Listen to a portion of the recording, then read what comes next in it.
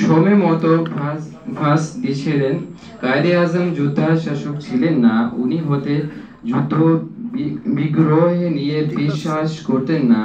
উনি ছিলেন শান্তি ও নিরাপত্তার বাহক।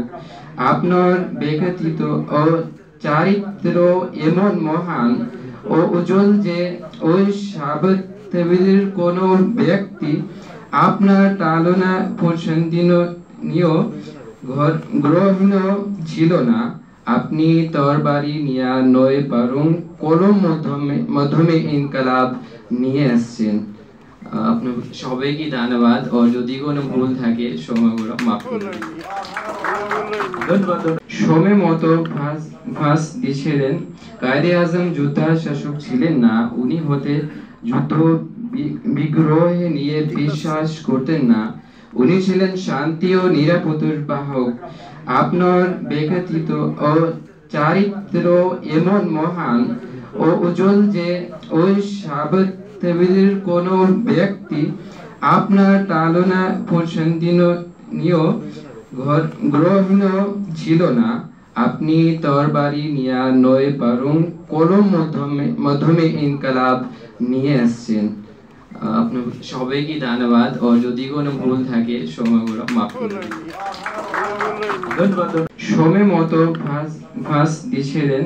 কায়েদে আজম যোদ্ধা শাসক ছিলেন না, উনি হতে যুদ্ধ বিগ্রহ নিয়ে বিশ্বাস করতেন না। উনি ছিলেন শান্তি ও নিরাপত্তার বাহক। আপনার ব্যক্তিত্ব ও চারিত্র এমন মহান ও উজ্জ্বল যে ওই সাবিত্রীর কোনো ব্যক্তি আপনার তালনা প্রশংসনীয় গ্রহণ ছিল না। আপনি তরবারি নিয়ে নয় বরং কলম মাধ্যমে ইনকালাব নিয়ে আসছেন। আপনার সবাইকে ধন্যবাদ। ও যদি কোনো ভুল থাকে সময়গুলো মাফ করবেন। সময় মতো ভাস দিয়েছিলেন।